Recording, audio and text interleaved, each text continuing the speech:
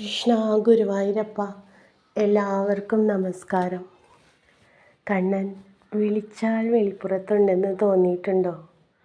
എനിക്ക് തോന്നാറുണ്ട്. ചില സമയങ്ങളിൽ തോന്നാറുമില്ല. അതെന്തേ? ചിലപ്പോൾ നമ്മുടെ കഷ്ടകാലമായിരിക്കും. നമുക്ക് വിളിച്ചിട്ടും കേൾക്കുന്നില്ല എന്ന് തോന്നും. അതെന്തുകൊണ്ടാണ് അങ്ങനെ തോന്നുന്നത്?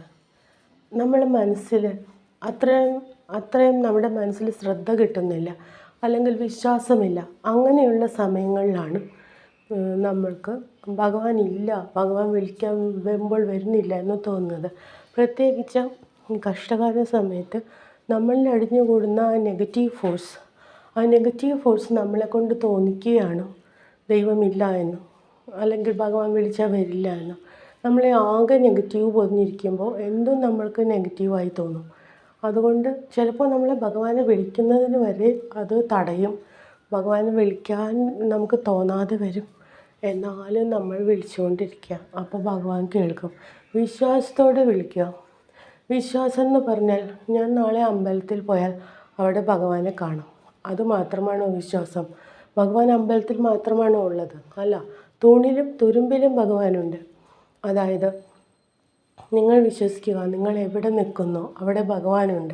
നിങ്ങളുടെ ഉള്ളിൽ ഭഗവാനുണ്ട്, മനസ്സിൽ ഭഗവാനുണ്ട്, എല്ലായിടത്തും ഭഗവാനുണ്ട്. നിങ്ങളുടെ ശരീരത്തിലും നിങ്ങളുടെ മനസ്സിലും ഈ പ്രപഞ്ചം മുഴുവനും കുടികൊള്ളുന്ന ഊർജ്ജമാണ് ഭഗവാൻ. അപ്പോൾ എപ്പോൾ വേണമെങ്കിലും എവിടെ വെച്ച് വേണമെങ്കിലും നമ്മൾ ഭഗവാനെ വിളിച്ചാൽ ഭഗവാൻ അത് കേൾക്കുന്നുണ്ട്. പിന്നെ നമ്മൾക്കറിയാലോ, നമ്മളെ കൊണ്ട് വിളിപ്പിക്കാൻ തോന്നുന്ന ആ പ്രേരണയും ഭഗവാനാണ്. അതായത് ഗീതയിൽ പറയുന്നുണ്ടല്ലോ, ഭഗവാൻ എല്ലാമാകുന്നു. എന്താകുന്നു? സൂര്യനാകുന്നു, ചന്ദ്രനാകുന്നു, എല്ലാമാകുന്നു. ഈ പ്രപഞ്ചം മുഴുവൻ നമ്മുടെ മനസ്സിലുള്ള ഓരോ വികാരങ്ങളും, ഈ പ്രപഞ്ചത്തിലുള്ള ഓരോ ഗുണങ്ങളും എല്ലാം ചേർന്നതാണ്, എല്ലാം അടങ്ങുന്നതാണ് ഭഗവാൻ. അതായത് ഭഗവാൻ എല്ലാറ്റിലുമുണ്ട്. അപ്പോൾ നമ്മൾ പേടിക്കേണ്ട. നമ്മളിപ്പോൾ എന്ത് പറയുന്നുവോ അതുവരെ ഭഗവാൻ ശ്രദ്ധിക്കുന്നുണ്ട്. അപ്പോൾ നിങ്ങൾ ധൈര്യമായി ഭഗവാനെ വിളിച്ചു കൊള്ളുക. എല്ലായിടത്തും ഉണ്ടെന്നുള്ള ആ നിശ്ചയമായ ആ വിശ്വാസമാണ് നമ്മളെ രക്ഷിക്കുക. എൻ്റെ ഉള്ളിൽ ഭഗവാനുണ്ട്. അതുപോലെ തന്നെ എൻ്റെ ശത്രുവിൻ്റെ ഉള്ളിലും ഭഗവാനുണ്ട്.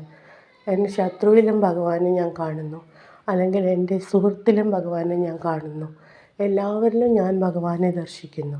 അങ്ങനെ കാണുമ്പോൾ ഒരു എന്താ പറയുക, ഏകാത്മക ബോധം എന്ന് പറയും. അതായത് ഏകാത്മക ബോധം എന്ന് പറയുമ്പോൾ എല്ലാവരും ഒന്നായി ചേരുന്ന ദ്വൈതമില്ലാത്ത അവസ്ഥ. ആ സമയത്ത് അവിടെ ഭഗവാൻ മാത്രമേ ഉള്ളൂ, അല്ലേ? ഭഗവാൻ മാത്രമേ ഉള്ളൂ. ഈ പ്രപഞ്ചത്തിൽ ഭഗവാന്റെ ആ ചൈതന്യം മാത്രമേ ഉള്ളൂ.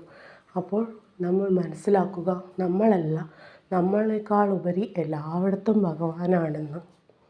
നമ്മൾ കാണുന്ന എന്തിലും, നമ്മൾ വിശ്വസിക്കുന്ന എന്തിലും എല്ലാം അടങ്ങിയിരിക്കുന്ന ആ ചൈതന്യം ഭഗവാനാണെന്ന്. അതുകൊണ്ട് ഒരിക്കലും പേടിക്കേണ്ട. ഭഗവാൻ കൂടെ തന്നെയുണ്ട്.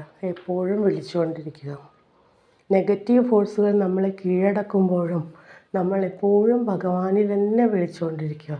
അപ്പോൾ ആ നെഗറ്റീവ് ഫോഴ്സിന് വർക്ക് ചെയ്യാൻ പറ്റാതെ വരും, അവിടെ നിലനിൽക്കാൻ പറ്റാതെ വരും. അപ്പോൾ നെഗറ്റീവ് എനർജിയെ ആ പോസിറ്റീവ് എനർജി എന്ന ആ ഭഗവാന്റെ ആ സാത്വികമായ ഊർജം അത് കീഴടക്കുന്നതായിരിക്കും.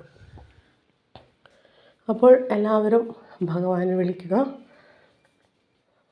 ഭഗവാനെ പ്രാർത്ഥിക്കുക, നാമങ്ങൾ ജപിക്കുക, ഈശ്വര സ്മരണയിൽ കഴിയുക. എന്തുണ്ടെങ്കിലും നമ്മൾക്ക് ആശ്രയമായി അദ്ദേഹമേ ഉള്ളൂ എന്ന്. അതായത് ഈ ഭൂമിയിൽ എല്ലാറ്റിനും ഉപരി നമ്മൾ കരുതേണ്ട ആ സ്നേഹം ഭഗവാനോടാണ് വേണ്ടത്. കാരണം എന്തെന്നാൽ, നമ്മൾ വരുമ്പോൾ ഒന്നും കൊണ്ടുവരുന്നില്ല, പോകുമ്പോഴും ഒന്നും കൊണ്ടുപോകുന്നില്ല.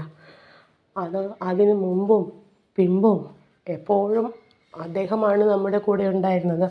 നമുക്ക് ഈ ജീവിതം തന്നത് ഭഗവാനാണ്. അതുകൊണ്ട് എപ്പോഴും കരുതുക, നമ്മൾ നമ്മുടെ ഓരോ നേട്ടങ്ങൾക്ക് പിന്നാലെ ഓടുമ്പോൾ അവിടെയെല്ലാം ഭഗവാന്റെ ഒരു ഭഗവാനെ ഓർക്കുമ്പോൾ നമുക്കതിലൊരു മിതത്വം തോന്നും. അതായത് ഭൗതിക സുഖങ്ങളെക്കാളുപരി നമ്മൾ എല്ലാറ്റിലും ഈശ്വരനെ കാണുമ്പോൾ എന്താണെന്ന് വെച്ചാൽ നമ്മുടെ ഈ ഭൗതികതയ്ക്കപ്പുറമുള്ള ആ ഒരു ആ ഒരു പരമാത്മ ശക്തിക്ക് എല്ലാം നിയന്ത്രിക്കാനുള്ള കഴിവുണ്ടെന്ന് നമുക്ക് തിരിച്ചറിയും. അതായത് നമ്മൾ ഇപ്പോൾ ഓടുന്നതൊക്കെ നമ്മുടെ സുഖ സൗകര്യങ്ങൾ വർദ്ധിപ്പിക്കാൻ വേണ്ടിയാണ്.